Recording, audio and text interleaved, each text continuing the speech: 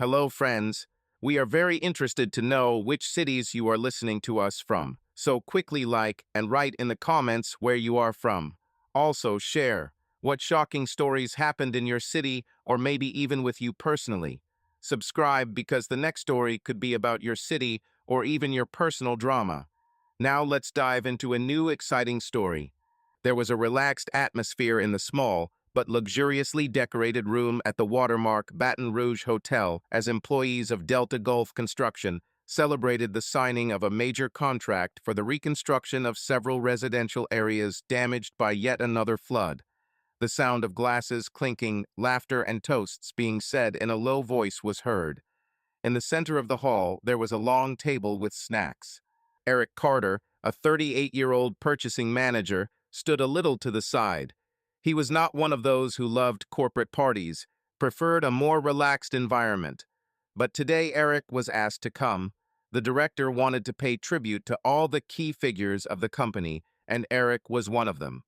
While he was pouring himself some non-alcoholic punch, someone sat down next to him. David Parker, a new employee, clearly already pretty, warmed up with wine. David was taller than Eric and liked to wear bright ties, which looked eccentric in the Baton Rouge office dress code. He grinned wryly, moving closer to Eric, and spoke quietly. "Listen, Eric, can I ask you one question? Just promise not to be offended." Eric raised his eyebrows slightly. "It depends on the question, David. I don't promise that I won't be offended." "No, seriously. I heard something here. They say that your wife used to. Well, let's say she worked part-time at night. Are you serious?" The room was noisy, but it seemed as if a vacuum had suddenly formed around Eric. He felt an unpleasant wave of heat running down his neck. It's not that he didn't expect such gossip, but hearing it directly is always unpleasant. "David," he said quietly and calmly, "who exactly is speaking?" "Yes, different people. Doesn't matter. I was just surprised. How can you trust her after such a past?" Eric smiled discreetly, putting down the glass of punch. "Have you ever thought that everyone has reasons, and that you shouldn't judge a person without knowing his history?" David shrugged. "Maybe. Just curious. Many husbands would not tolerate this." "I'm not many husbands," Eric snapped, "and my wife is not any woman."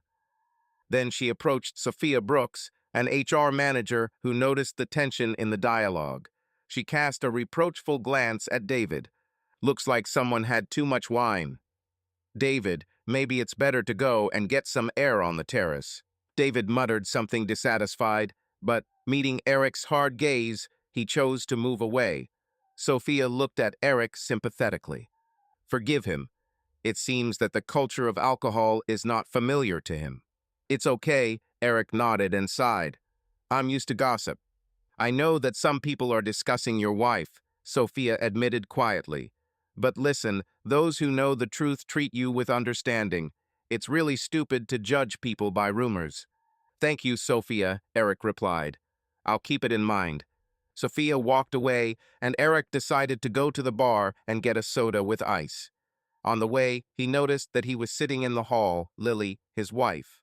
She was deep in conversation with Richard Stanley, the director of the company, and both were happily discussing something. Lily looked confident, wearing an elegant baby blue dress and a warm smile that softened her features. No one from the outside would have guessed that her life was once spent on the much darker streets of Baton Rouge. "We've been through something these people don't even know about," Eric thought, looking at Lily with admiration and quiet pride. He remembered how much had happened in recent years, and now they were here in one of the most prestigious hotels in the city, and they were respected by their colleagues and superiors. Who would have thought that fate would lead them down such a path? Eric's thoughts flashed back to a few years ago, when everything was different, when he didn't yet know what a broken heart meant and what kind of wound betrayal could leave. That period was like another life. But it was then that this story began, full of pain, passion, absurd coincidences, and love, which in the end turned out to be stronger than any prejudice. Returning to reality, Eric noticed that Lily was looking at him and winking slightly. He smiled back, raised his glass in a slight "to your health" gesture, and responded with a look. Everything is fine. Yes, he is tired of stupid questions about why he trusts his wife. He knows her entire story, and only he has the right to judge whether she should be believed or not. The party continued, but a quiet memory arose in Eric's soul. You can't judge a person without living their life. He once said this out loud, even before he met Lily. Only then it was addressed to a completely different woman, his ex-wife. How strange and complex fate intertwines people's paths. At that moment, Richard Stanley came up to Eric, tapped him lightly on the shoulder, and said, "You and Lily are great. Your idea of supplying building materials through direct contracts with local factories gave excellent results.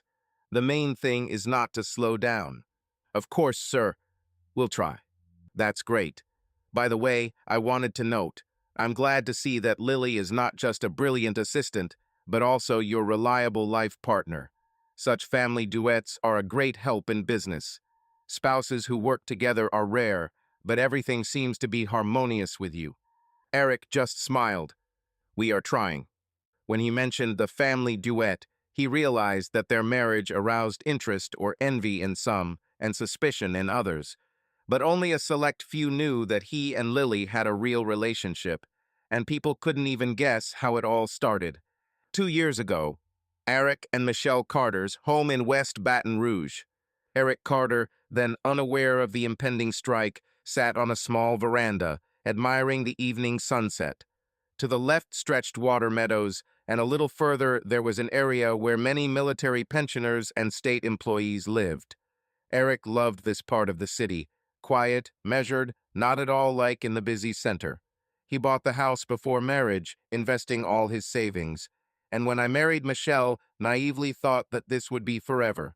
But in recent months, something has clearly gone wrong in the relationship. Michelle seemed to have withdrawn into herself. She constantly said that she was bored at home, that she wanted a real life. Eric suggested that she find a job, but she made the excuse that she didn't want to be dependent on the schedule. Neighbor Brad Gilmore, a man of about 40, made jokes a couple of times about how Michelle was a nice little thing who knows her worth. At the time, Eric regarded this only as tactless behavior, but in the depths of my soul, a vague uneasiness arose. "Eric," Michelle called from the kitchen. "Can we talk?"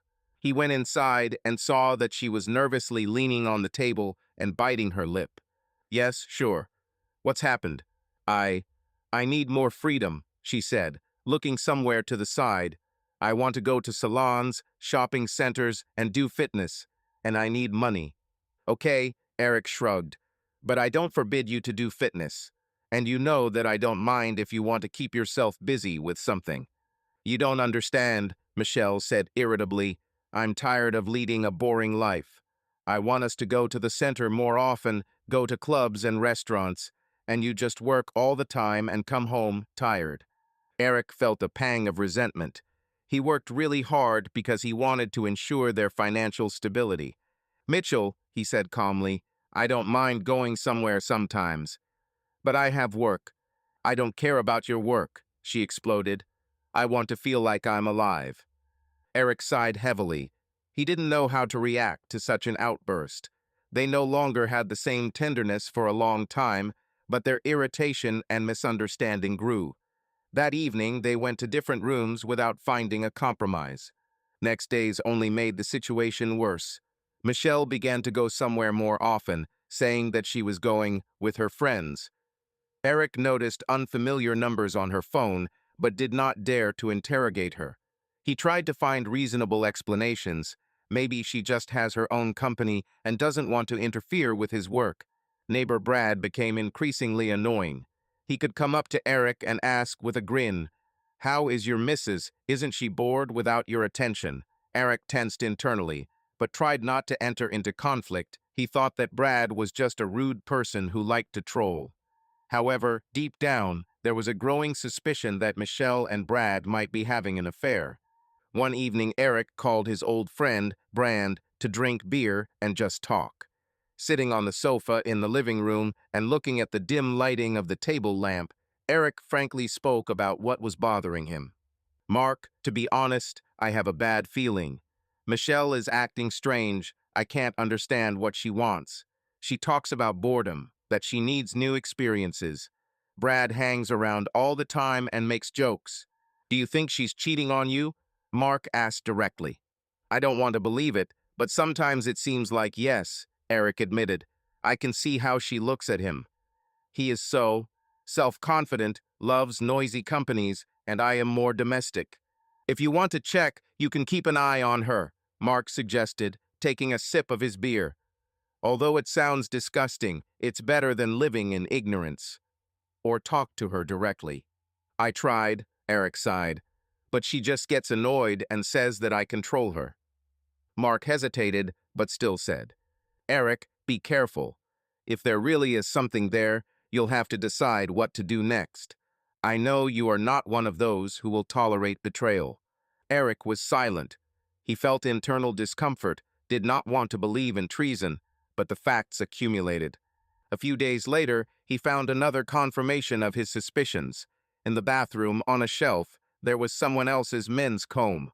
Michelle claimed that her friend forgot, but the comb was clearly not a woman's.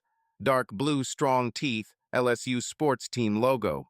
Brad, a well-known LSU fan, could easily use this hairbrush.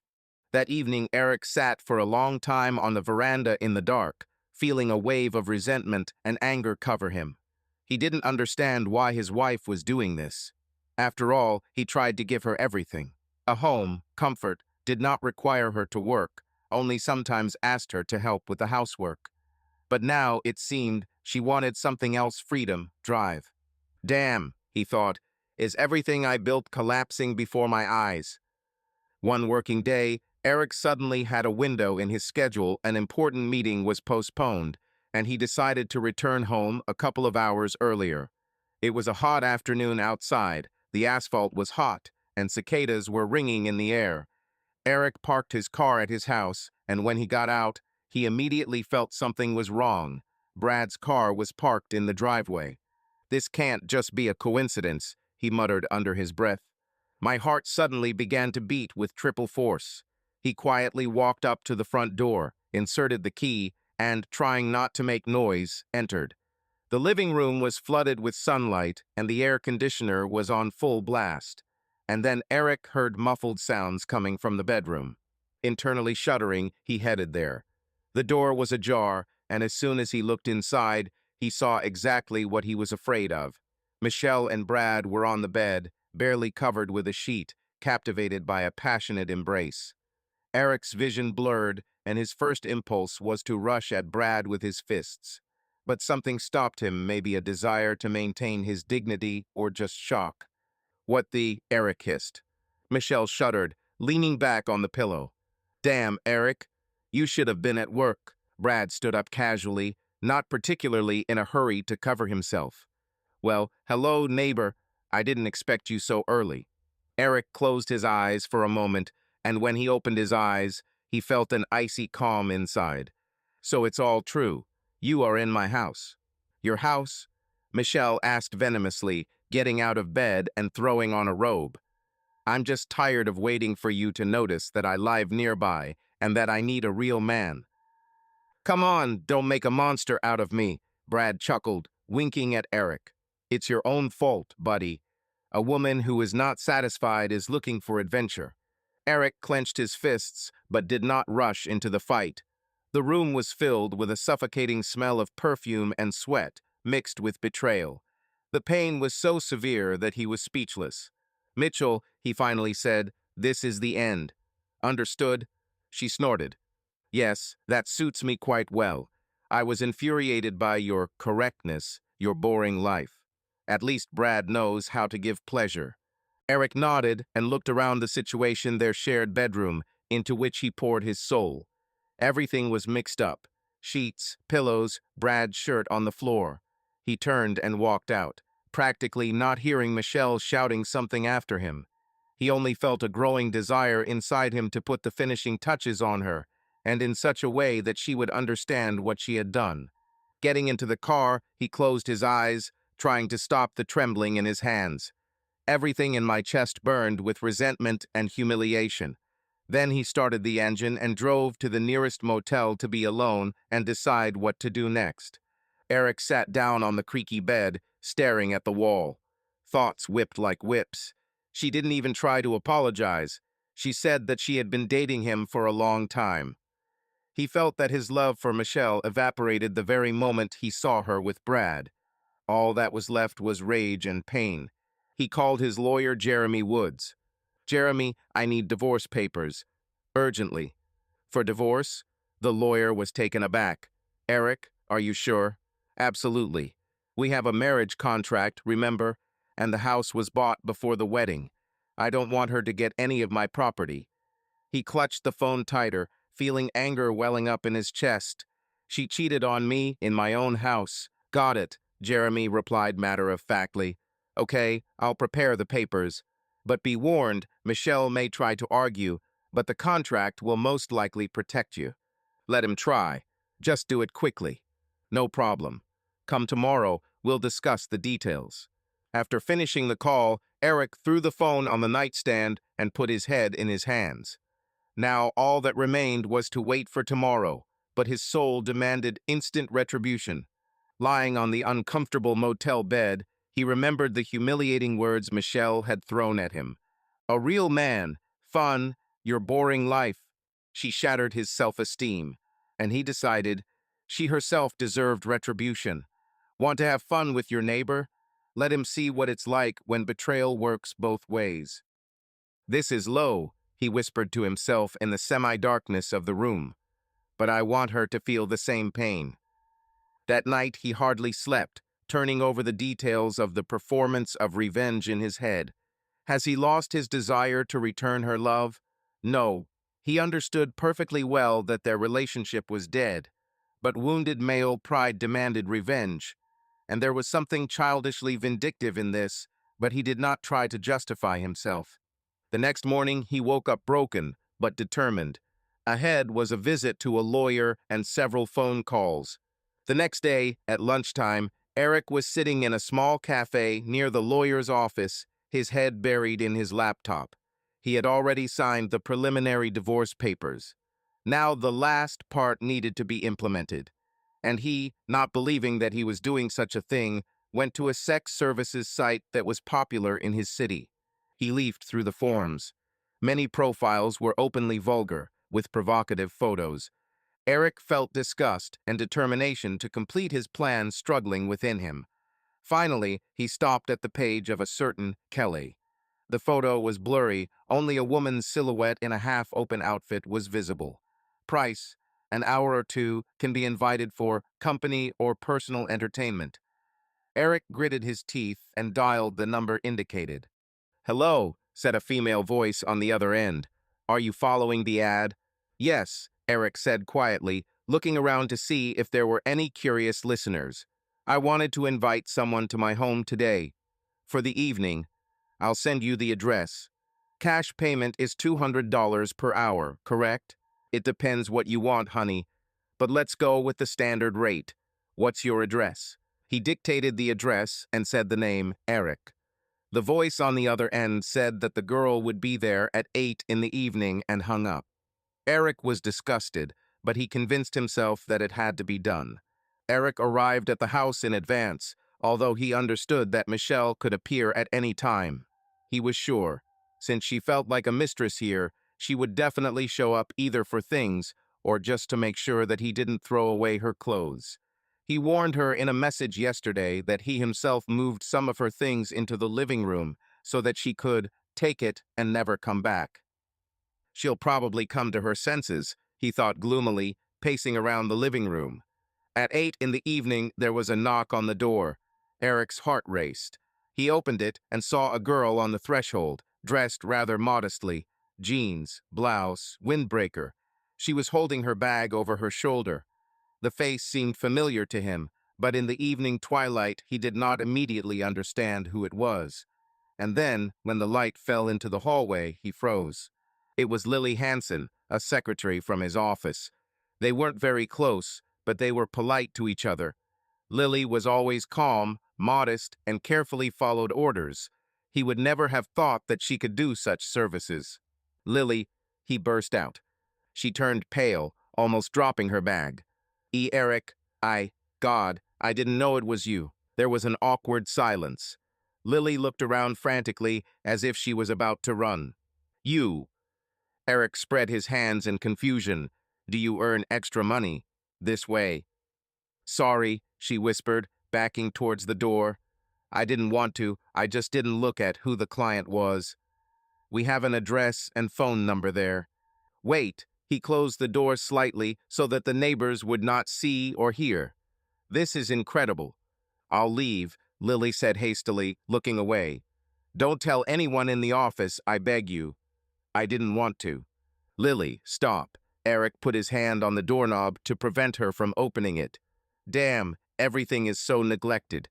She was ready to turn around and run away, but he realized that he had absolutely no time to look for someone else.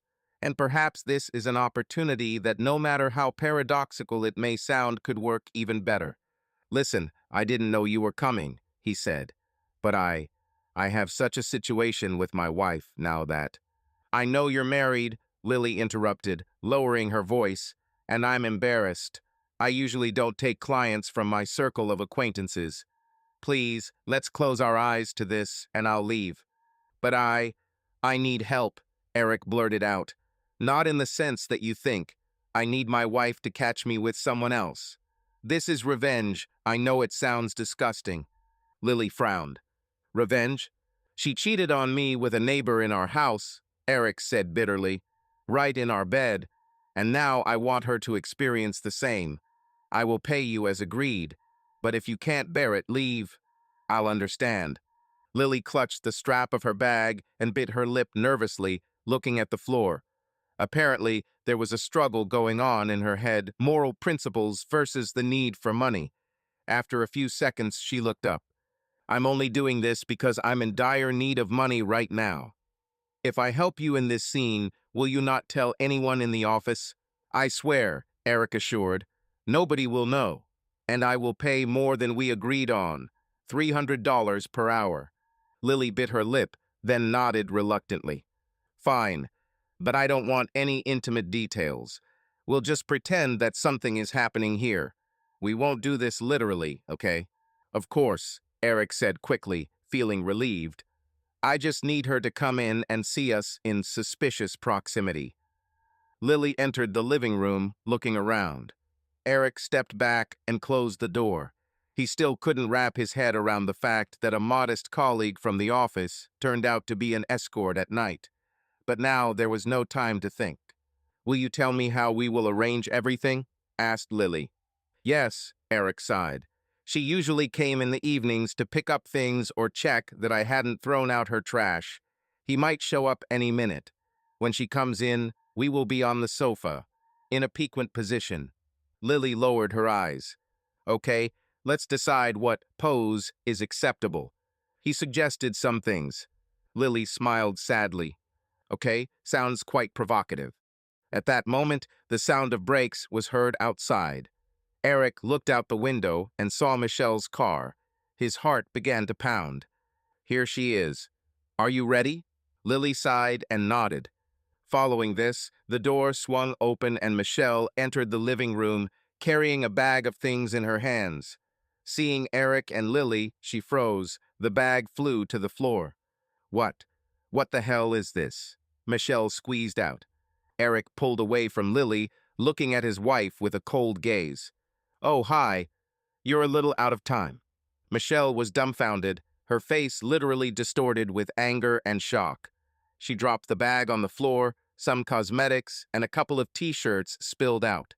You brought a woman of easy virtue, too. To our house? She screamed, turning purple. Lily wanted to get up, but Eric motioned for her to stay put. No, dear, this is no longer our home. I bought it before the wedding, and therefore it is on me. But you seem to have forgotten that we have a marriage contract. Michelle glanced at Lily, seeing her face, and seemed to recognize her. This is, Lord, she's your colleague, right?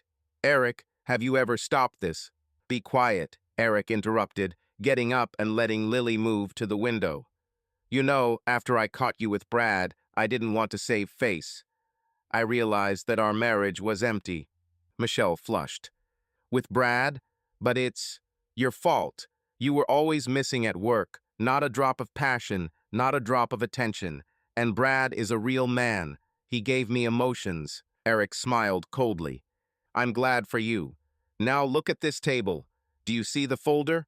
These are divorce papers. Sign, take your rags, and leave. The house remains with me. Do you remember, yes, that we had a prenuptial agreement which said that if one of the spouses cheated, he would not receive a cent? Michelle swallowed, realizing that everything was very serious. How dare you? Are you kicking me out into the street? You can go to Bradley, he's a real man. Eric grinned. I don't care. I just wanted you to see what happens when your other half is not having fun with you. Nice, right? She was so furious that she couldn't answer right away. She just looked around helplessly and then rushed to Lily, who had compassion mixed with awkwardness on her face. You bitch. You're from his office, right? Decided to take advantage of the situation. Lily wanted to object, but Eric stepped between them. Don't you dare insult her. By the way, it's none of your business who I date in my house. Michelle snorted disdainfully. Yes, please, date whoever you want, if someone needs such an ideal boy. Just don't complain later that you will be deceived again. Eric felt a pang in his heart at her words, but he didn't show it. Michelle, just go away. Don't embarrass yourself. Take your things and get out. What if I don't leave? She shouted, looking up at the ceiling. This is still my home. You're wrong.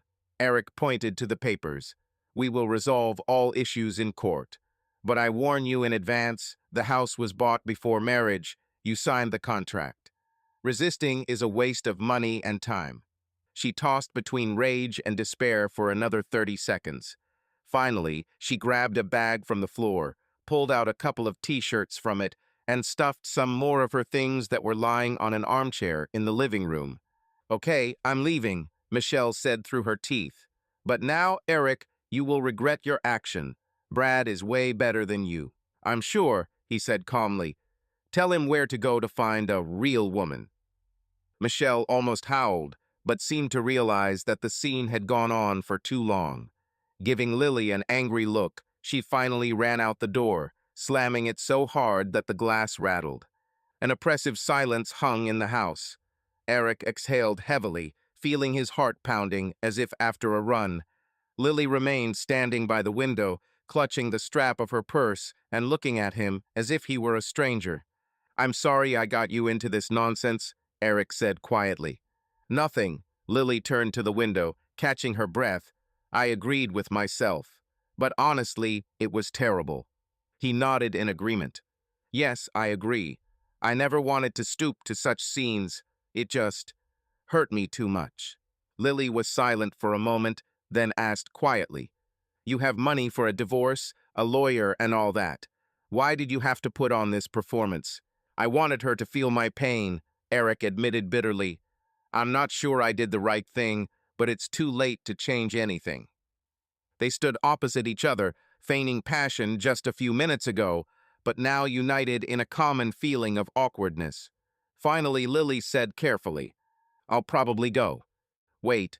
Eric felt that he did not want to let her go like this. Sorry to repeat this, but may I know why you're doing this? Do you have a job? Lily looked at him tiredly. If I start telling it, it will turn out to be a long story. Are you sure you want to listen? Yes, he nodded. Let's sit down. I can make tea or coffee. There's still some food left here. She hesitated for a second, then sighed. Okay, let's try it. I still need to calm down a little after this. Lily walked into the kitchen, looking around. Eric's house is a spacious colonial style, like many Baton Rouge homes, with large windows and high ceilings. But now all the rooms seem to be saturated with a depressing atmosphere, especially after the recent scandal. Sorry, I'm not very good at cooking, Eric said, opening the refrigerator, but I have pizza that can be warmed up. Pizza will do, Lily nodded. I don't care now, as long as I put something in my stomach. Great, he took the box of pizza and put it in the oven to heat up. Well, shall we wait? You can sit in the living room for now. I'll bring you something to drink." She nodded and returned to the living room, sitting down on the same sofa on which she had recently played out passion. A minute later, Eric returned with 2 cans of cola.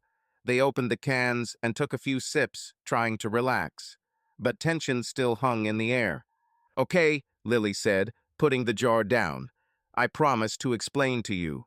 Where to start?" "Start from the beginning," Eric suggested, trying to speak softly. "I'm in no hurry." Lily bowed her head, clasping her hands on her knees. "I was born in a small town near the coast. My parents have dreamed of living by the water all their lives. They were not rich, but they loved their home very much. When Hurricane Katrina came, we had the opportunity to evacuate. I tried to persuade them then, but they said, 'We don't want to give up what we've been building all our lives.'" Eric nodded in understanding, remembering how many people in Louisiana suffered during Katrina. And what happened? The hurricane was terrible. My younger sister Amelia and I moved upstate to live with my great-aunt, while my parents stayed in the house. As a result, the water level rose so quickly that they did not have time to get out. She fell silent for a few seconds, looking ahead blankly. I later found their bodies on the lists of missing persons. It was scary. Eric felt a bitter burning sensation in his chest. "Sorry, I remember what horrors happened then. But why did you decide to work at night?" "After the death of our parents, Amelia and I were left alone. The aunt we visited died a year later from a stroke. There was no money. I moved here to Baton Rouge and got a job as a secretary. But you see, one salary is not enough to support us. And Amelia entered a local school. Everything seemed to be getting better. But a year ago, it turned out that she had leukemia." "Oh my God," Eric whispered. "Yes, imagine, I need to pay for treatment, for housing, for everything. Insurance only covers part of it. I was going crazy, looking for additional part-time jobs. And then one of my friends suggested this to me. You don't have to go to bed with everyone. You can just accompany men to events and get good money. I thought that I have no other choice. For a regular waitress job, I would earn several times less." She paused, gathering her courage. "At first, I went to dinners and parties. But then clients appeared who asked for more. I refused, but when I realized that Amelia might not wait for the expensive operation, I made up my mind. It was disgusting. I cried a lot. But I was ready to do anything for my sister." "Damn, Lily." Eric felt a lump rise in his throat. "I'm so sorry. Why didn't you turn to foundations and charities for help?" "I applied," Lily smiled sadly, "but there is bureaucracy there. Yes, they helped me a little, they allocated some money, but it was still not enough. And as time went on, Amelia got worse." Eric sighed and shook his head. He himself knew how expensive medicine is in the USA. Without insurance and a decent amount in your account, you can find yourself in a hopeless situation. "I'm ashamed, really. I'm very afraid that the office will find out. I can't tell Richard. You know, my sister is dying. Will you pay me more?" I don't think he will cooperate. He may feel sorry for me, but he is unlikely to shell out a lot of money from his pocket for the sake of an employee. Then Eric remembered how Lily was always considered quiet in the office. She never sought attention to herself. Now it became clear to him why. "Lily, He put his hand on her shoulder. She blushed. "Otherwise, my sister won't survive. I hope that the operation will still take place, but doctors say that time is short." "How much do you need?" "About $50,000, she sighed. "This is not counting rehabilitation, medications. I tried to save, but everything goes towards current accounts and rent." "50,000, Eric repeated, thinking it over. "A large amount. You understand, right?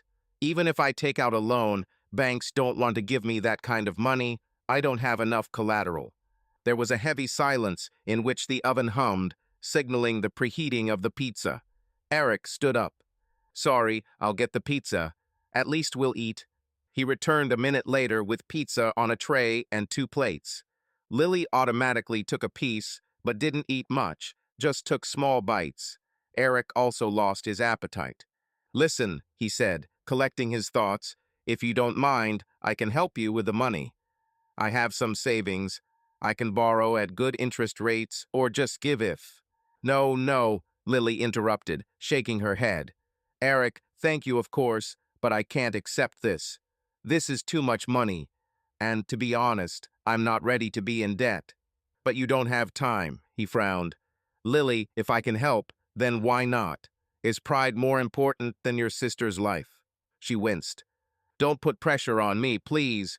I'm already on the verge of a mental breakdown. I have a hard time accepting donations. It makes me feel helpless. Eric fell silent, realizing that there was no point in pushing. He saw that Lily was truly ashamed and respected her feelings. He couldn't get the thought out of his head that he might be able to get this money in some other way without putting her in an awkward position. But for now, I decided to give her time. Okay, he agreed. I promise I won't tell anyone in the office about what you do. But if you want help, just say so. Lily breathed a sigh of relief. Thank you. You have no idea how much this means to me. They tried to switch to other topics, but the conversation imperceptibly returned to Lily's worries. She told how she dreamed of becoming a teacher, but was unable to graduate from college due to lack of money. How her sister Amelia dreamed of going to university if she could recover. Finally, Lily spoke. You wanted to stage this performance for your wife. It worked. Yes, Eric chuckled. But what now? I don't even know. Apparently, she will just leave my house. Aren't you afraid that she'll file for alimony? We don't have children, and I drew up the marriage contract correctly. I'm sure she won't get anything. All this is sad. Yes, I never thought my life would turn out this way. After dinner, Eric volunteered to take Lily home. However, she refused. I'm in my car. I parked further away so the neighbors wouldn't see. Do you mind if I go? Of course, he stood up, escorting her to the door. Thank you, Lily. Sorry about this circus. Take care of yourself, she said, smiling slightly. If anything, you have my number. She left into the twilight, and Eric remained in his now lonely house, in which a trail of alien perfumes and memories of the screaming Michelle still hovered. He thought about Lily, about her sister, about Hurricane Katrina, about how fragile human destinies can be. Life is a strange thing, he thought. You never know where you will find compassion and pain mixed in one person. A couple of days later, Eric woke up to an empty house.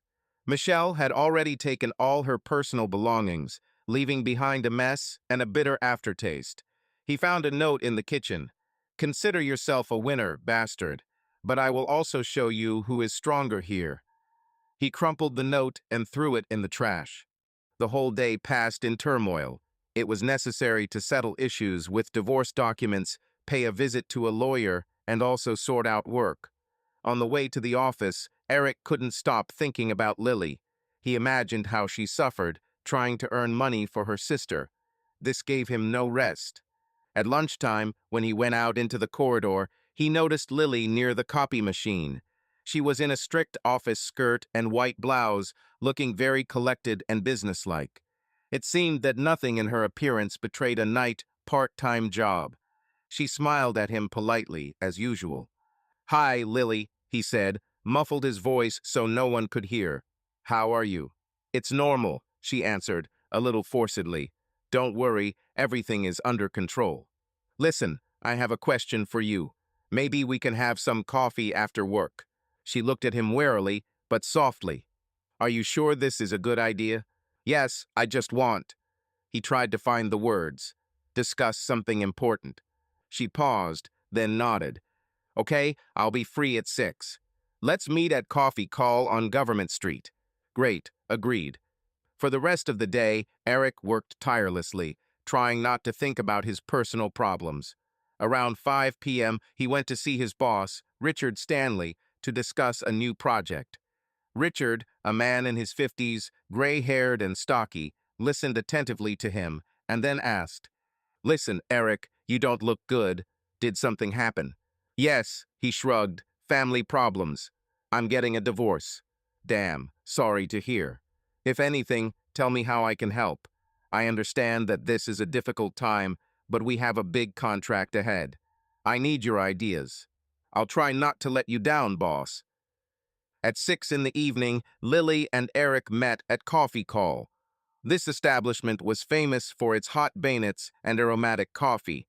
They sat down at a table by the window and ordered a cup of cappuccino and a plate of bayonets. Thank you for agreeing, Eric began, trying to speak quietly so as not to attract attention. No problem. I myself wanted to talk to you in order to, well, at least somehow repay you for keeping my secret, and for last night. Sounds stupid, right? Not stupid, he smiled. Lily, I've been thinking. It's possible to find money for your sister's operation in another way. For example, I have some savings and I could help. Consider it. An investment in Amelia's health. You can also involve our boss. He has many connections. Maybe he can find you a charity or something. Lily sighed. Okay, Eric said decisively. Let's do this. If you can't take the money directly, let me at least talk to Richard. He is an influential person. I know that he has friends in the administration who can speed up the queues and reduce the cost of treatment.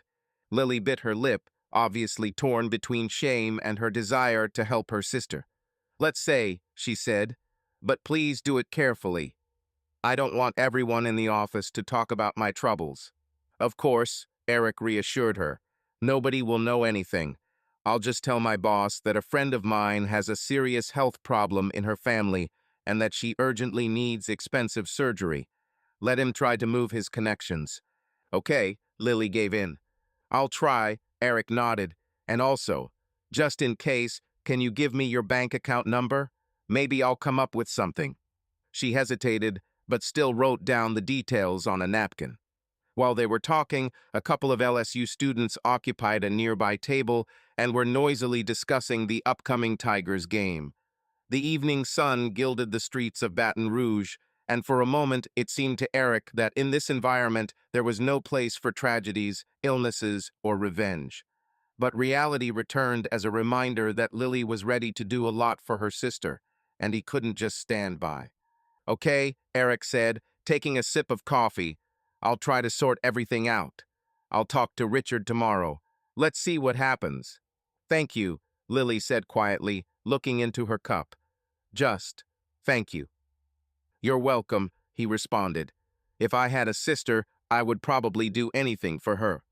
So I understand you. They drank coffee and finished their bayonets. Lily began to get ready. I have to go to Amelia. She's with the nurse, but I still want to be there. I'll give you a ride, Eric offered. Or do you have a car? I have a car, don't worry. Okay, then good luck. Lily nodded, and they parted ways. A couple of weeks have passed. Eric, as promised, spoke with Richard, asking him to use his connections to speed up the operation of one relative. Richard became interested and found out some details. We managed to get charitable money through foundations and negotiate an emergency operation with one of the hospitals. Eric also contributed a significant amount of his savings, secretly transferring them to Lily's account. The operation was scheduled for Friday. Amelia was admitted to one of the best clinics, where doctors had extensive experience in treating leukemia. Lily was with her sister almost around the clock, only managing to drop into the office for a couple of hours so as not to lose her job. How is she? Eric asked, calling Lily when the day of the operation arrived. He's sleeping, she answered quietly. I'm very weak, but the doctors say that surgery is our only chance. I'll be at the hospital, waiting with you. No need, Eric, you have your own life. It's important for me to be close, he snapped. Tell me the address, I'll come. Lily dictated the address, and Eric, canceling all his business, rushed there. When he entered the sterile corridors, thoroughly smelling of antiseptic, his heart sank painfully. Lily sat on a plastic chair, clutching her bag to her chest, her eyes red from crying. Eric, she whispered, I'm so afraid. Everything will be fine, he answered confidently, although he himself felt fear. The doctors here are excellent. I know. Amelia was just completely exhausted. The anesthesiologist said that there was a risk that she might not be able to withstand the anesthesia. He hugged her carefully, feeling her trembling. At that moment, a nurse approached them. "Miss Hanson, we are ready. You will need to wait in the waiting room. The operation will take several hours." Lily nodded and stood up heavily. Amelia was taken away on a gurney. Eric caught a glimpse of how thin and pale she was, with dark circles under her eyes. "Lord, let everything end well," he mentally prayed. The hours passed painfully long. Lily couldn't sit still and periodically walked back and forth along the corridor. Eric brought her coffee, but she didn't touch it. When evening came, the door to the operating room opened, and a doctor came out with a tired face. He looked at Lily carefully and lowered his eyes. "Miss Hanson, we did everything we could. Your sister had too weak a heart. She did not have surgery." It was as if a tub of cold water fell on Lily. She froze, feeling how everything around her was collapsing. Eric took a step forward. "What? What do you mean, couldn't bear it?" "I'm sorry," the doctor repeated quietly. "Severe bleeding, cardiac arrest. We couldn't get her back." Lily let out a low cry, more like a convulsive breath. Her eyes widened and tears flowed freely. She fell to her knees, pressing her hands to her face. Eric, overcome with horror, sank down next to her and hugged her. Her body shook with sobs, and he did not know how to console her in such pain. "Amelia, no," she whispered through her tears, repeating her sister's name over and over again. The doctor bowed his head sympathetically. The nurses helped Lily up and took her to a separate room. Eric was nearby, trying to provide some support. But he understood, this pain will last a lifetime. Later, Tohen Lily was allowed to say goodbye to her sister's body. Eric stood a little to the side, not daring to break the silence. Lily held her lifeless hand and whispered, "Forgive me. Forgive me for not being able to save you. Forgive me 100,000 times. Mom, Dad, you are there in heaven. Take care of her." Eric looked at this scene and tears welled up in his eyes. He remembered how he himself stood in the cemetery when his parents died and understood that there were no words that would ease this pain. A few days later, the funeral took place. A small private cemetery outside the city, a gray, cloudy day, a couple of dozen people Lily and Amelia knew. Eric was by her side all this time, holding her arm when she almost fell from grief. After the ceremony, when everyone began to leave, Lily stood for a long time in front of the grave, peering into the freshly dug soil. Eric was silent all this time, letting her experience her grief. Finally, she turned to him. "Do you understand, Eric? Now I'm completely alone." He didn't answer. He just held her tightly, letting her cry on his chest. It seemed to him that the whole world froze at that moment, filled only with Lily's quiet sobs and the hoarse whisper of the wind among the gravestones. Amelia's death left a deep wound in Lily's soul. After the funeral, she fell into a depressed state, trying to avoid people, and did not go to work for several days. Eric was in the know. He called every evening and wrote messages. "Lily, I'm here. If you need anything, let me know. I care about you." She didn't respond at first, but about a week later, she returned to the office, pale, thinner, but determined to continue living. Eric, seeing her, felt a surge of sympathy and tenderness. He sat down near her table. "Lily, if you want, you can take more time off. I'll talk to the boss. He'll understand." "No," she answered quietly. "I need to do something, otherwise I'll go crazy from emptiness." He nodded, respecting her decision. Later, when the workday was over, Eric offered her a ride home. Lily agreed. "I'm sorry you have to help me," she said in the car. "I don't want to burden you with my problems." "It's not a burden," he answered sincerely. "We're friends, aren't we?" She smiled faintly. "Yes, friends." They stopped at her rented apartment in the old Baton Rouge neighborhood. Lily invited him to come in. The apartment was small. In the living room, there was only an old sofa and a table. Photos of Amelia and her parents hung on the wall, creating a dreary atmosphere. "Would you like something to drink?" asked Lily. I only have water and a carton of orange juice. The juice will be fine, Eric nodded, looking at the photographs. Are these your and Amelia's parents? The black and white photo showed an elderly couple smiling under a tree as they hugged two teenage girls. Lily ran her finger over the frame thoughtfully. Yes, A. How much time has passed? Eric felt how hard it was for her. He decided that talking about the loss now would only make the pain worse, so he changed the subject. How are you at work? Is everything okay?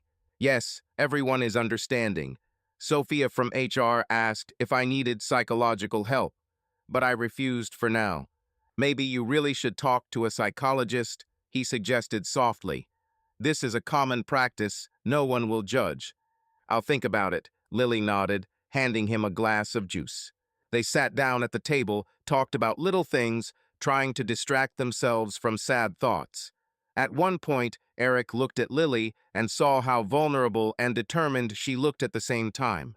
He realized that he was drawn to her not only out of a desire to help, but also out of deep sympathy, which gradually grew into something more. Lily, he said quietly, I want you to know that what happened was not your fault. You did everything you could for Amelia. Lily's lips trembled. I understand this in my head, but in my heart, I blamed myself for not having time to save money, for not being able to find a better clinic earlier. Maybe if I had acted faster, she would still be alive. No, please, Eric touched her hand. It's not your fault. She swallowed back her tears. I know, but it still hurts. His fingers lightly squeezed her palm, transferring warmth. They sat like that, silently, for several minutes. And in this silence, understanding was established between them. Finally, Lily took a deep breath. Thank you for everything, Eric. I don't know how I would have gotten through this without your support. I'm just trying to be your friend, he replied. If you need to talk or cry, I'm here. She nodded, and then suddenly stood up and hugged him. Eric felt her trembling and hugged her back, trying to convey all the warmth he was capable of. You are a good person, Eric, she whispered, although sometimes it seems to me that you underestimate yourself. He smiled but didn't answer. Everything inside him was turning over at her words. He remembered how the recent story with Michelle had unsettled him, how he planned revenge, how he felt like a scoundrel. But now, next to Lily, he felt calm for the first time. It was as if his soul had found a place where it could heal. He later left, leaving Lily to rest. However, their meetings began to occur more often. They either had lunch together or simply drank coffee after work. Lily began to slowly emerge from the state of acute grief, finding reliable support in Eric. In the months after Amelia's death, Lily began to smile more. She no longer kept to herself, sometimes joked with her colleagues, and noted with gratitude that her boss Richard gave her a small bonus for her diligence at work, probably with the help of Eric. Their friendship with Eric had noticeably strengthened, and in the office they were constantly discussing the new couple in whispers. But they did not pay attention to gossip, finding an outlet in joint walks and conversations. One Friday evening, Eric made up his mind.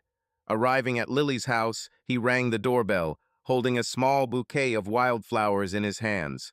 She opened it, wearing simple blue jeans and an LSU Tigers t-shirt, her hair tied in a messy ponytail. Hello, she was delighted. You didn't say you were going to come. I decided to make a surprise. He smiled and held out the flowers. This is for you. She was embarrassed. Thank you, they are so beautiful. Now I'll find a vase. Come in. Eric crossed the threshold, noticing that her small living room had become more comfortable. There were now several pillows on the sofa, and a new photograph appeared on the wall. Lily and her sister Amelia as children. When Lily returned with the vase, Eric said, Listen, let's go somewhere. I mean, on a normal date. She bit her lip, her eyes flashing with joyful confusion. On a date? Yes, for dinner. To a restaurant or just to a cafe. At least without reasons like talk about work or discuss your problems. I just want to spend time with you, like a guy and a girl. Lily smiled, a light blush filling her cheeks. I would love to. However, I'm not sure that I have anything elegant. You're already beautiful, he remarked. But if you want, I can wait until you get ready. Okay, give me half an hour. She disappeared into the bedroom, and Eric went to the window, looking out at the street. Somewhere in the distance, the sound of cars could be heard. Life in Baton Rouge went on as usual. A pleasant excitement was seething inside Eric. He had not invited anyone on a full-fledged date for a long time. With Michelle, in fact, everything started to happen quickly and without proper romance. And now he felt like a teenager, waiting for a girl to come out in a beautiful dress. Lily didn't have to wait long. When she came out, Eric saw that she had picked up a light white dress with small flowers and put on low sandals. She let her hair down, and it lay softly on her shoulders, so she looked not like an office secretary, but like an ordinary young woman going to meet her lover. "How am I?" she asked, a little embarrassed. "Just amazing," he admitted honestly. They went to the Beausoleil Coastal Restaurant, which was famous for Louisiana cuisine. There, Eric ordered jambalaya for himself, and Lily ordered shrimp with spicy sauce. At the table, they talked about all sorts of trifles, discussed how the day went, joked about work situations. Then Eric plucked up his courage. "Lily, can I ask? You're not doing well. Sorry to remind you, I'm just wondering if you're really done with this matter." She looked down for a second, but then nodded. "Yes, I stopped taking orders. After Amelia's death, I realized that I no longer urgently need to chase every penny. Of course, the debts remained, but you and Richard helped raise the necessary amount for the operation. I don't see any point in continuing. In addition, it was very difficult for me mentally. Let's just say it was a forced choice, not a dream job. I'm glad you were able to get out of it," he said quietly. "Seriously, I'm glad." They caught each other's eyes, and Lily felt goosebumps run through her body. Eric gently covered her hand with his. "We both have a difficult past. But maybe it's what made us who we are." Lily smiled. "Maybe. The main thing is that now I feel as if life has not ended. You know, it's been so long since I went out with anyone just to have dinner." They continued their dinner and then ordered dessert, a slice of lemon pie and ice cream. When we left the restaurant, it was already dark, dragonflies, and the smell of a warm southern evening could be heard on the street. Eric suggested taking a walk. "Let's go to the embankment and take a walk along the Mississippi." "Go ahead," she nodded. They parked and walked out onto a beautiful embankment, where the glare of lights reflected in the water. A light breeze played with Lily's hair. Eric took her hand, and she didn't pull away. "Lily," he began, looking at the waves, "I feel much more for you than just friendship. But I'm afraid of scaring you, given everything you've been through." Lily turned to face him. "And I'm afraid that you have not yet moved on from your last marriage. You yourself said that Michelle offended you greatly and you lost trust in women." He smiled bitterly. "Yes, I lost it. But then I met you, and you showed me that there are people worth living and fighting for. I don't know how to explain this without pathos, but I want to be with you." Tears flashed in her eyes, but they were tears of joy. "You can't even imagine how much I need these words. But I'm also afraid. I'm afraid of getting attached again and then losing." "Lily," he said quietly, squeezing her hands in his, "I don't know what will happen tomorrow. But I know that I want to make you happy, at least try." She didn't respond with words. She leaned towards him, and their lips met in a soft, careful kiss. And this kiss for both was like a breath of fresh air after a long immersion in the abyss of pain and loneliness. Several more weeks passed. Lily and Eric's relationship developed smoothly and carefully. They did not rush things. After all, everyone had their own burden behind them. But deep down, both felt that something real was growing between them. Meanwhile, the divorce epic continued in Eric's life. His lawyer, Jeremy, reported that Michelle is in no hurry to sign the papers and is trying to challenge the marriage contract. However, her chances were slim. One afternoon, while Eric was working in his office, he received a call from an unfamiliar number. He picked up the phone. "Hello? Eric?" A female voice rang out. Hello, it's me, Michelle. He involuntarily clenched his teeth. He didn't want to hear this voice, full of memories of betrayal. But nevertheless, he answered neutrally. Yes, Mitchell, what do you want? Maybe we can talk. I wanted to meet. There was ostentatious complacence in his voice. It seems like everything is decided through lawyers, Eric said dryly. What else is there to talk about? Listen, Eric, I have something to say personally. Let's meet at French Truck Coffee tonight, just for half an hour. He closed his eyes, torn between the desire to tell her to go to hell and curiosity. Perhaps she wants to settle the details of the divorce without going to court. Okay, he replied. Is 7 in the evening okay? Great. When he hung up, he felt the old negativity stirring in his soul. I needed to calm down. He glanced at the photo on the table. Him and Lily after a joint trip to a small park near Baton Rouge. At the appointed time, he walked into French Truck Coffee, a stylish cafe with bright yellow accents and the aroma of freshly ground beans. Michelle was already sitting at the table by the window, stirring her latte. As Eric approached, she looked up. She looked tired, her face was drawn. Expensive clothes were replaced by simple jeans and a simple t-shirt. Hello, she said quietly. Hello, he replied, sitting down opposite. Speak. Michelle nervously swirled the glass in her hands. Listen, Brad, he left me, and for a long time. He didn't care about me. Yes, it seems he never needed me. He simply enjoyed the fact that a married woman was coming to him. As soon as he realized that you were filing for divorce, he lost interest in me. Eric grinned. No wonder. And what? I was stupid, she admitted. I thought that I would find a better life, but in fact, I have neither a normal job nor housing. There is no money either. These are the consequences of your choice, he stated coldly. She closed her eyes, as if trying not to cry. Understand. I just wanted to say, I'm sorry. Forgive me if you can. I made a huge mistake when I decided Brad was better than you. Couldn't you just tell me that over the phone? Eric raised an eyebrow. I wanted to see you. I was hoping. Maybe we still have a chance. He laughed, short and joyless. Chance? Yes, we had a chance at the very beginning. But you traded me for sex with your neighbor. I have already said more than once, I will not return to those who betrayed me. Michelle lowered her head, looking at her intertwined fingers. I have nowhere to go, Eric. I'm desperate. Maybe we could try to start over. No, he snapped. I have a person whom I trust. And in general, what could be the first after what you did? Tears flashed in her eyes. I understand that I'm behaving pitifully. But remember, we had something good. Once upon a time, yes, not anymore. She dropped her hands, realizing that talking was useless. There was an awkward pause.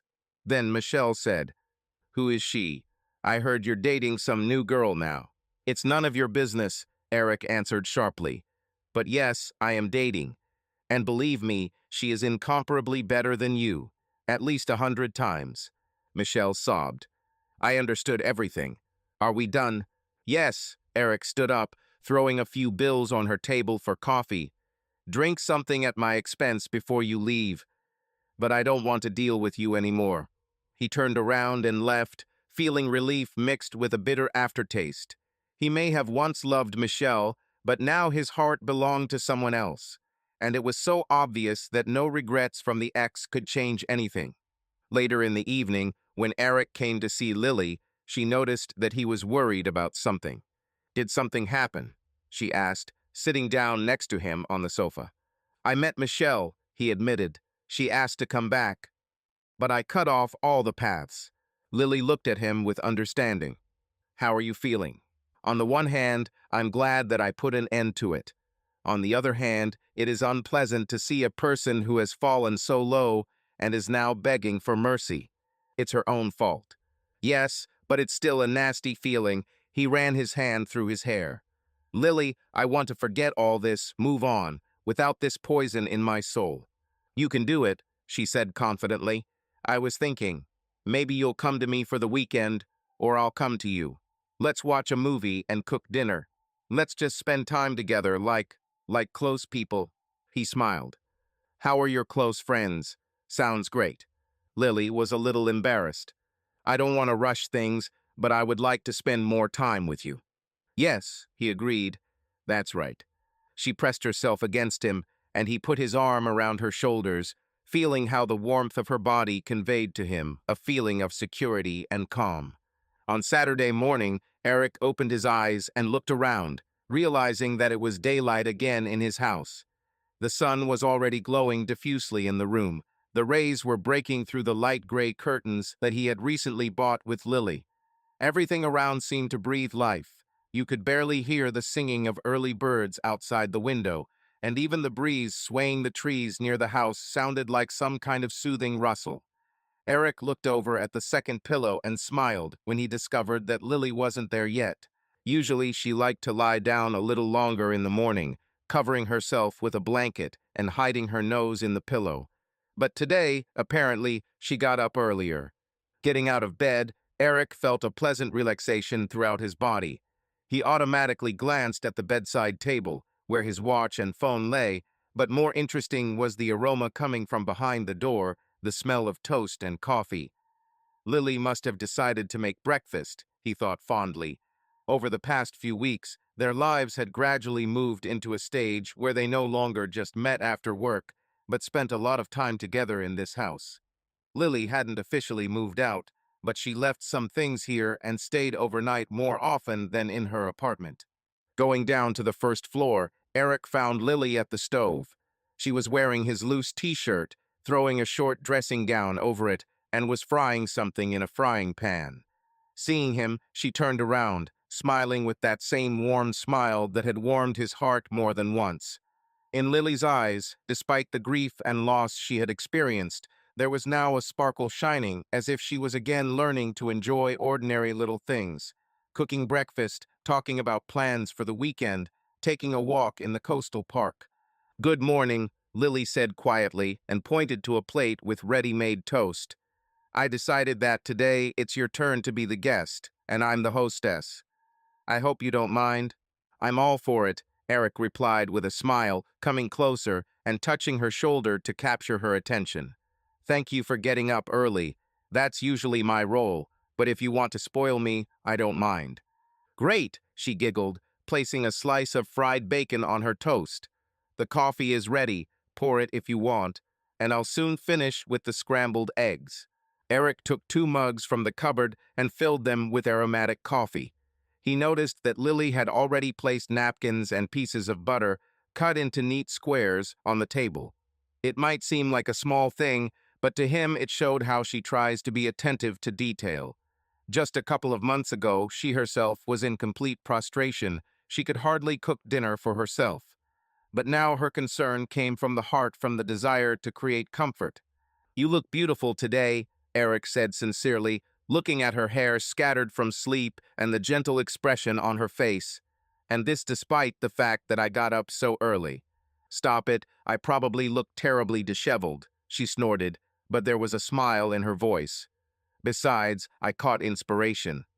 I want to do something, go somewhere, communicate with someone. This is a new stage of life for me. When breakfast was ready, they sat down at the table. Lily placed in front of him a plate of crispy toast, bacon and fried eggs with softly cooked yolks. She also took a portion for herself, although sometimes she admitted that she could get by with just coffee in the morning.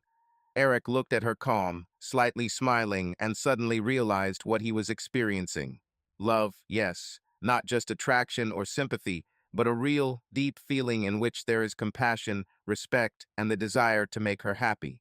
Lily, he said after a couple of minutes of silent eating, I want to ask you one question. More precisely, to talk about our future. She put down her fork and raised an eyebrow. Oh, that sounds serious. I'm ready to listen. Eric cleared his throat, nervously picking up the napkin in his hand. He suddenly felt nervous, like a little boy who doesn't dare admit something important. But he knew that he couldn't delay any longer. They had already talked a lot about how good they were together, that they were comfortable spending time together, that feelings were growing into something deeper. I wanted to offer you. to move here permanently, he said finally, trying not to look away. If you're ready, of course. I know that we have already gone through so much, and you still have your apartment, and I still have all these unpleasant things connected with my ex-wife in my memory. But you make my home truly alive. Lily bit her lip in confusion, and then squeezed his hand, which was lying on the table. Eric, this is so unexpected. More precisely, I guessed that you might talk about it, but it's still an important decision. I understand, he nodded, and I don't want you to feel pressured. It just seems to me that we already act like a family. You stay the night, we shop for groceries together, you help me clean. But if you need time, I will accept any answer you give. You know, Lily blushed, looking down at her plate, I really feel at home here. And, yes, I guess I'm ready, but I'm afraid that we might be judged at work, or that it will be too fast. Eric smiled softly. At work, everyone is already whispering that we are already a couple. And as for quickly, we've gone through so much that it seems like it's time to stop being afraid. Lily took a deep breath. You are right. I agree. Only I will need to take all the things from the apartment and terminate the lease agreement. We need to discuss the nuances. Of course, Eric smiled. Let's take your move in a relaxed manner. But I'm very glad that you decided to live here. After this conversation, they finished their breakfast, exchanging warm glances. Joy reigned in Eric's soul, and it seemed to him that the house became even brighter. He invited Lily to go to her that same day in order to figure out in general terms what she needed to transport.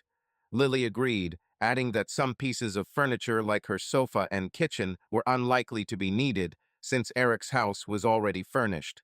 But in any case, she would like to bring some of her books, photographs, and personal items that will give the house their overall spirit. On the way to Lily's apartment, they listened to the radio in the car, something from a local station that played old pop music. Eric, driving, kept touching Lily with his eyes, and her smile said it all. She, too, felt excitement and delight. Thoughts about her parents and her sister Amelia flashed through her head. I wonder if they would approve of my choice, she asked herself, and almost immediately I felt inside. Yes, they would be glad that she had found a loving man who was ready to do everything so that she would not feel lonely. When they arrived at Lily's house, she led him into the room where the boxes of her personal belongings were kept. On one wall hung a poster with the LSU logo, next to an old nightstand with photos of Amelia. Lily pointed to a stack of books on psychology and pedagogy. I once dreamed of studying to become a teacher, but I didn't finish college because of finances. Maybe one day I will return to this dream. Why not? Eric supported her. If you are interested, you can try to take part-time classes or take online courses. I'll help as much as I can. She smiled gratefully. Thank you. You have already done so much for me. But you know, sometimes I'm still afraid, what if happiness can't last too long? Eric took her hand, gently pulling her towards him. Don't think so. Yes, we've had some terrible times, but that doesn't mean things are going to go downhill again. We will try together. Lily closed her eyes for a moment, feeling tears well up in her throat. But these were no longer tears of grief, but rather tears of relief and hope. She pressed herself close to him, and at that moment, among the boxes and the smell of old books, the thought arose for the first time that perhaps over time they would become not just roommates, but a family in the full sense of the word. Almost 3 years have passed since Lily moved in with Eric. During this time, they managed to completely merge in everyday life. They went to the store together, prepared dinners, discussed work, and helped each other in all the little things. Colleagues at the Delta Gulf construction office had long considered them an official couple, although they did not condemn them. Rather, they respected them for the fact that they both performed their duties efficiently and did not create public scenes. Even Sophia from HR just shrugged. The main thing is that no one suffers. At the end of May, Director Richard Stanley decided to have a corporate picnic outside the city.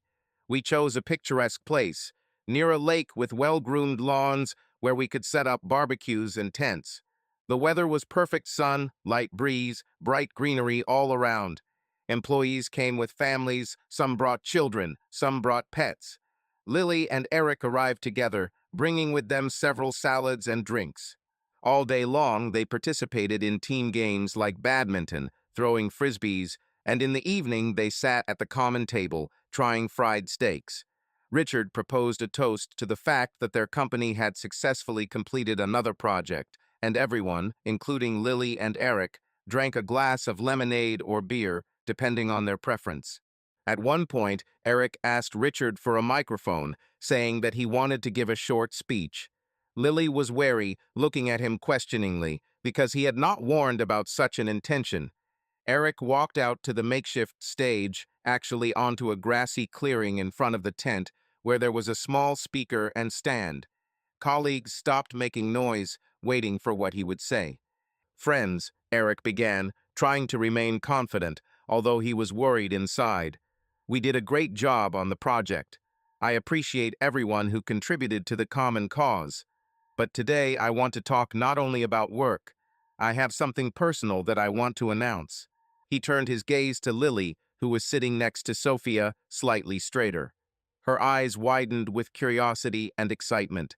Eric felt a surge of adrenaline rise inside him, as if he were standing on a cliff and about to take a decisive leap. And then, without taking his eyes off Lily, he said, "Lily, we've been through a lot. I am grateful to fate for bringing us together under the strangest circumstances. And I understood one thing. Without you, my life would be empty." At that moment, Lily realized what was happening and pressed her palm to her lips, as if holding back a groan.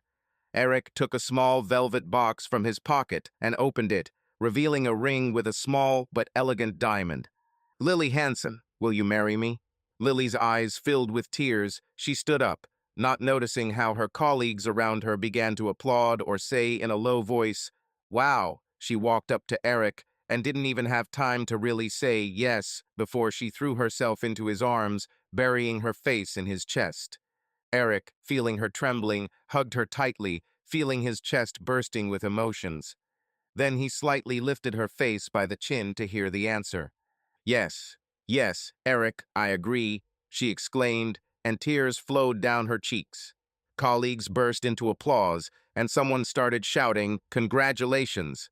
Hooray!" or "You are the best." Richard Stanley approached them with an embarrassed smile, shook Eric's hand, and then touched Lily's shoulder, wishing her happiness. Sophia from HR, always reserved, did not hide her smile and said, "Wonderful, I love moments like this." Lily, having recovered from her initial shock, looked at the ring that Eric carefully placed on her finger. The diamond sparkled in the rays of the setting sun. Her heart was fluttering. She remembered her dead sister Amelia, her parents. "I hope they see me now from heaven and are happy," she thought. All the way back, they took turns driving the car, because Eric was also slightly excited and nervous, although his excitement was joyful. Lily sat next to her, touching the ring and looking at it over and over again, as if she didn't believe that all this was real. When they finally got home, it turned out that emotions were in full swing. Lily hung on his neck, again expressing gratitude. "I couldn't even imagine that you would ask me to become your wife right at the corporate party. This is so unexpected and touching. I wanted to do it publicly," Eric admitted, "so that everyone can see that we are not ashamed of our feelings and that I am proud of you." They sat on the sofa for a long time, tired but happy, discussing how they would now organize the wedding. Lily admitted that in her youth she imagined a luxurious wedding ceremony, but now, after all the losses and tragedies, she wanted something intimate and family-like. "I just want to have my closest friends and colleagues and for everything to go off without too much fanfare," she said.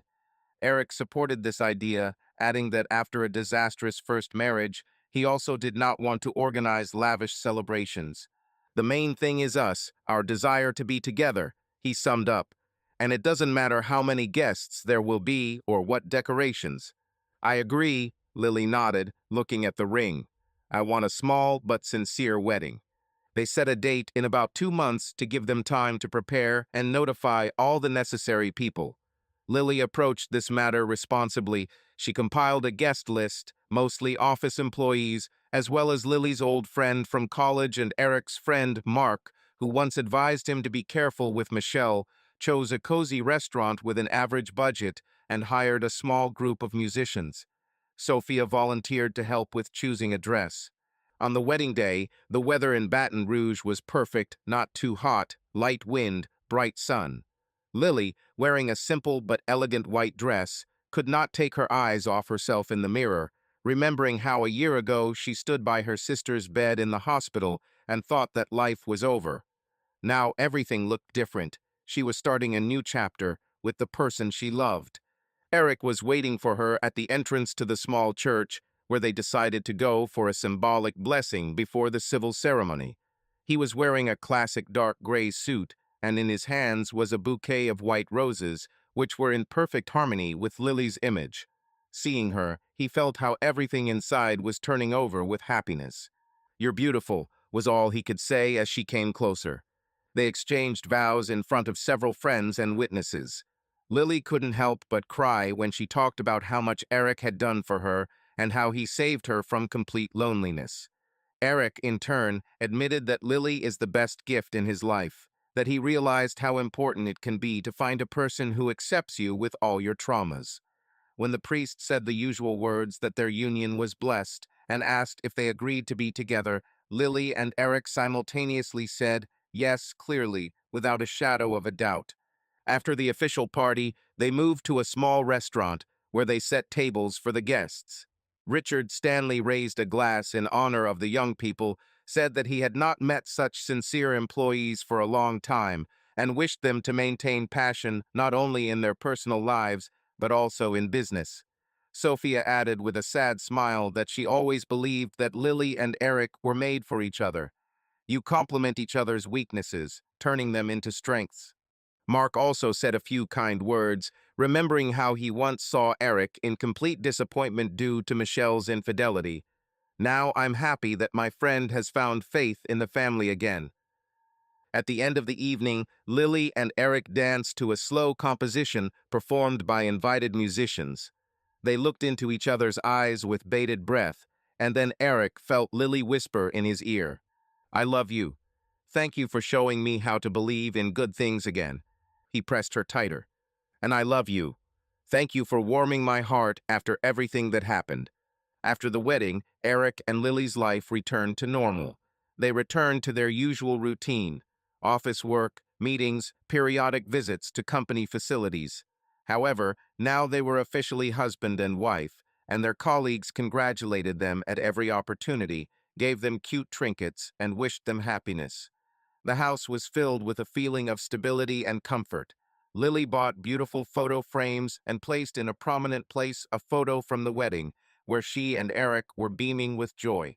About 6 months had passed since their marriage, and Lily suddenly began to notice that her tastes in food were changing, and she was often experiencing morning sickness. At first, she thought it was stress or a cold, but when the delay in menstruation became obvious, she decided to take a pregnancy test. She specifically did this in the morning, secretly from Eric, so as not to reassure him ahead of time. When the test showed 2 clear lines, Lily's breath caught. Her heart was beating so hard that she involuntarily sat down on the edge of the bathtub, afraid to fall from excitement. Pregnant. God, she never imagined that everything would happen so quickly. Mixed feelings overwhelmed her: joy, anxiety, memories of her own childhood, of Amelia. "Will I really be a mother?" she thought, clutching the test to her chest. A little later, when Eric woke up, Lily had her hands behind her back, as if hiding something. She smiled timidly and said, "Eric, I need to show you something." "Is it something serious?" He became wary, noticing her tense face. Lily handed him a pregnancy test. Eric tried to understand what he was seeing for a couple of seconds, and then it dawned on him. 2 stripes. He looked up at his wife, and his eyes widened. "Lily, are you pregnant? Is it true?" She nodded, her throat dry. "Looks like it. I did several tests. They all showed the same thing." Eric exhaled, then hugged her as if he was afraid to let her go. Lily felt his heart beating as loudly as hers. He pulled away and looked into her eyes. "This is wonderful. If you are happy, Then I am also beside myself with happiness. Lily shed a tear. I'm glad, but I'm also afraid. I have never had such an experience. I lost my sister, and now I have to bear responsibility for a new life. What if I can't handle it? We can handle it together, Eric said softly, kissing her temple. I'll be there to help you with everything. And then we have funds, we have doctors. Everything will be fine, Lily. They decided to confirm the pregnancy at the clinic and did tests. The doctor smiled, saying that everything was going well and Lily was about 6 weeks old. It was necessary to protect yourself from stress, watch your diet, and rest more often. Lily experienced a strange feeling as if her life had now turned sharply because under her heart she was carrying a child. When they returned home, Eric suggested they celebrate the news with something special. Maybe we can order pizza, or let's go to a cozy cafe. I'd prefer something light, Lily smiled, lightly stroking her stomach. I love pizza, but now I'm afraid that any seasoning will make me sick. Then let's cook something homemade ourselves. Maybe chicken broth with vegetables. Great idea.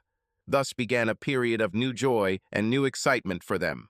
The first months of pregnancy were not easy for Lily. She was tormented by morning sickness and sometimes evening sickness. Eric tried to come home early, preparing simple meals so that his wife could eat well. He also helped her limit her workload and agreed with Richard to allow Lily to work remotely for some time when she felt worse. Colleagues in the office reacted differently. Some were sincerely happy, others whispered that Lily now rests all day. But Richard sided with the family, saying that good employees deserve good conditions. After 4 months, Lily began to notice that her belly was slowly becoming rounder. She began to pick out different clothes, looser zones, and sometimes laughed, trying on some loose dresses in front of the mirror, saying, "Soon I will walk like a bun." Eric thought it was cute and constantly reminded her that she looked beautiful. One evening, he brought home children's magazines and catalogs of furniture for the children's room. Lily sat with him on the sofa, looking at options for cribs, strollers, and chests of drawers. They didn't yet know the gender of the child, but that didn't stop them from fantasizing about what the decor would be like. Maybe we'll make a room in neutral colors, Eric suggested, showing a catalog page that had mint green furniture. And then, when we find out the gender, we'll add some colors.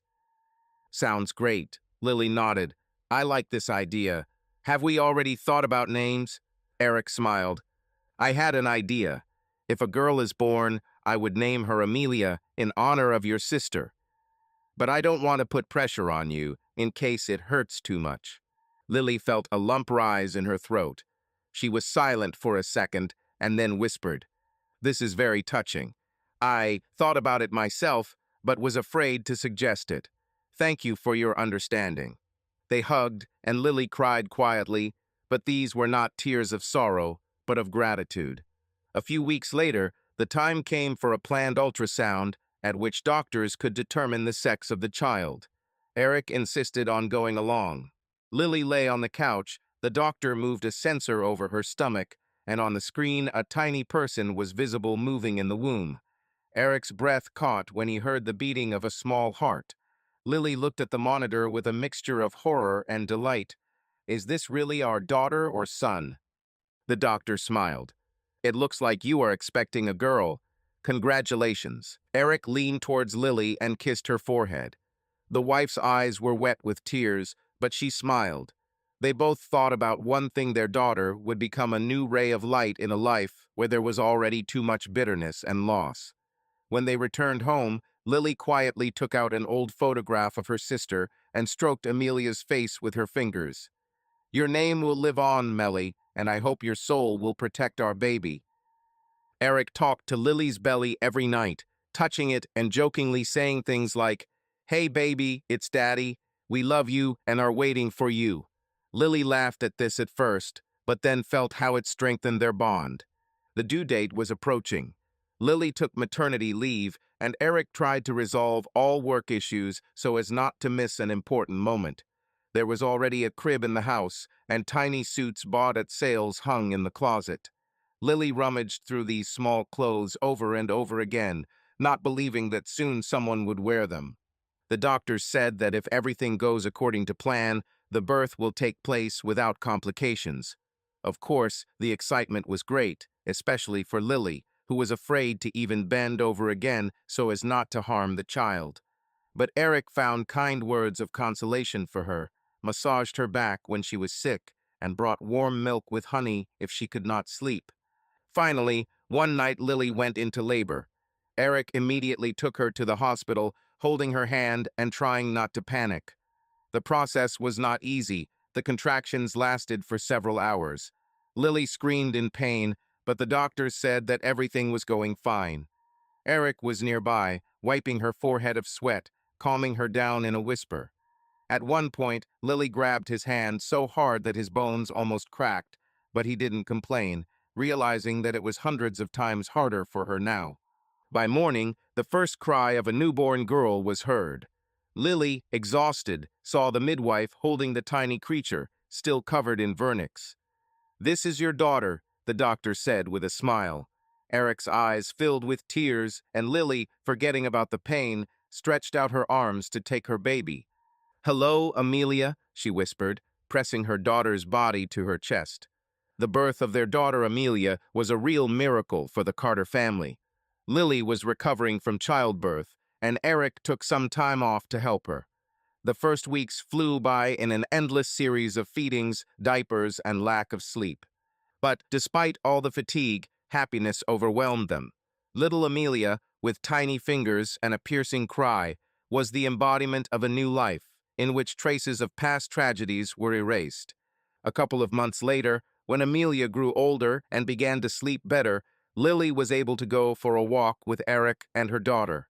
They went to a large shopping center to buy diapers, baby supplies, and some groceries.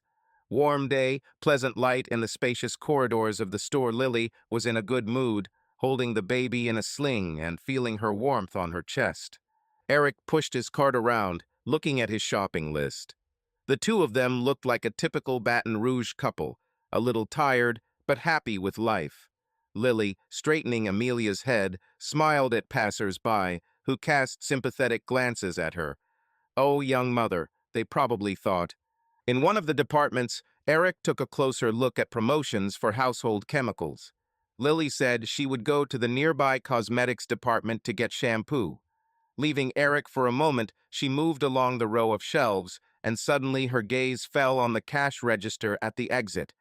There, behind the cash register, stood a woman with a dull look and an exhausted face, who was punching something for customers. Lily recognized her from the first moment. Michelle. "Oh my God," she said mentally, frozen in place. "This is Eric's ex-wife." It's been a long time since she disappeared from their lives. Lily almost didn't remember her, because Michelle didn't contact Eric, didn't send letters, except maybe once. But now she saw her life, and her heart sank with involuntary pity. How did she end up working as a cashier? Lily thought. But she immediately reminded herself that this should not surprise her. Michelle herself once admitted that without a man she could not stay afloat. While Lily was gathering her thoughts, clutching a bottle of shampoo in her hands, Michelle caught her gaze. The world around me seemed to slow down. The cashier froze, and her eyes widened, recognizing Lily. For a moment, anger flashed through them, then something similar to despair. Lily felt uneasy, not knowing whether to approach or not. But Michelle had already released the customer and, without looking at the next one in line, walked out from behind the cash register, taking off her apron. "You, Lily, right?" Michelle said quietly, almost in a whisper, in a slightly hoarse voice. "Yes," Lily admitted, trying to speak evenly. "Hello, Michelle. Do you need something?" Michelle looked helplessly around the rows. "Or did you come to show off?"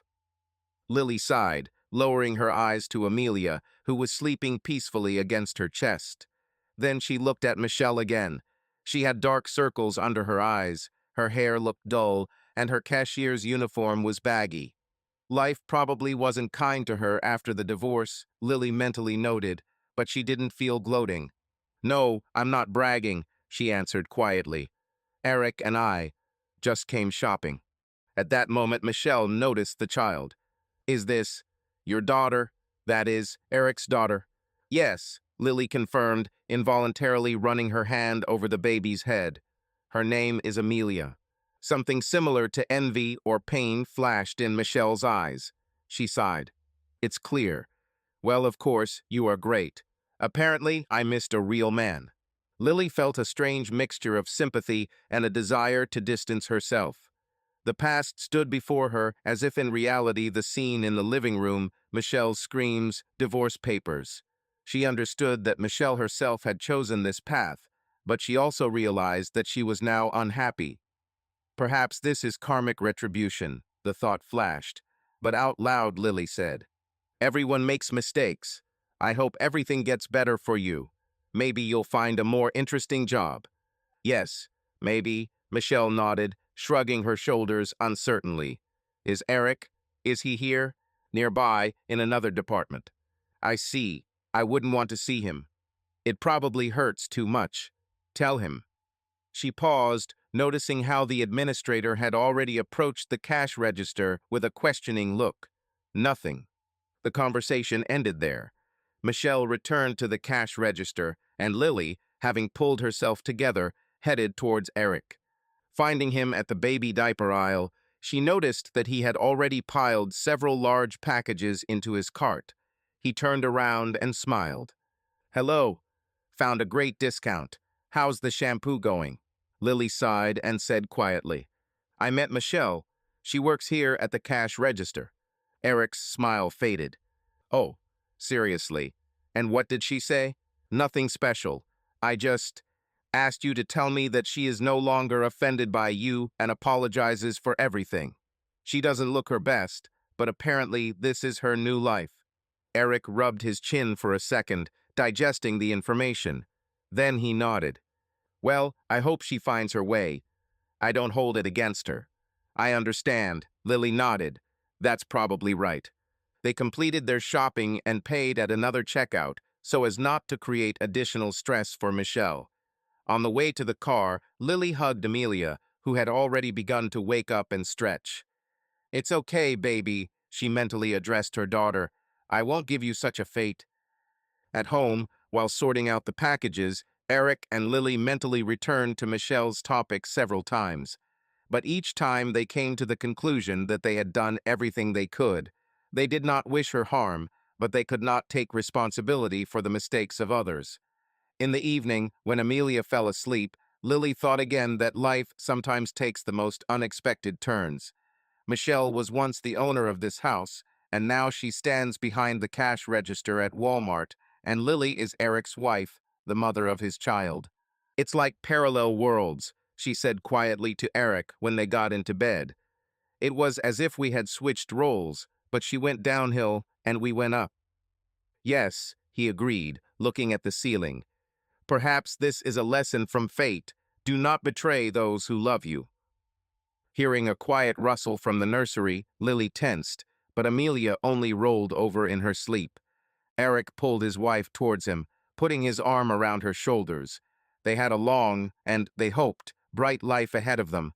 Yes, there would be trials and problems ahead, like everyone else, but now they felt like family. And little Amelia became a symbol of the fact that even after the worst storm, a clear day can come, that even after the loss of loved ones, there is still room for new love and a new life. The next morning, while Lily was preparing breakfast and Eric was busy gathering materials for a new presentation in the office, they agreed that they would no longer dwell on the past.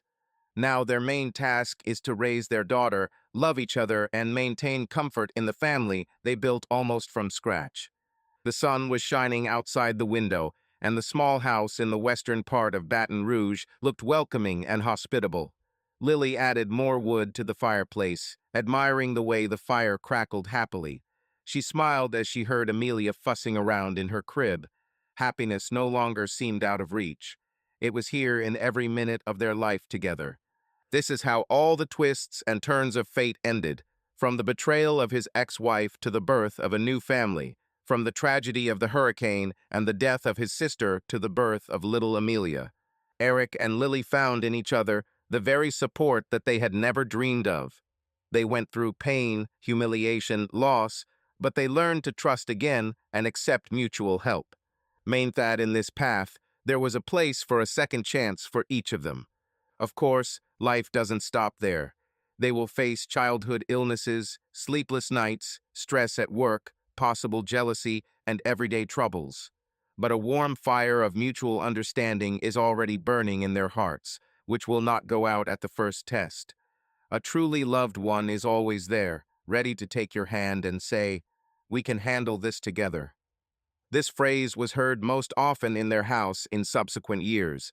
A few years later, when Amelia grows up and goes to school, Eric and Lily will tell her the story of how they met and tell her that life has its own strange ways. Let no one know the details of previous tragedies or turbulent scenes, but the main thing will remain. You cannot judge a person without living his life. And probably, if Michelle had seen them through the slightly open door happy, kissing, laughing, when their daughter was running towards them, she would have realized that she could once have chosen the same road, but only preferred another. But you can't turn back time. Subscribe to our channel so that your love doesn't cheat on you, and go ahead and listen to the next story, because this story is nothing compared to the next one. If you're under 18, don't even think, click to the next one.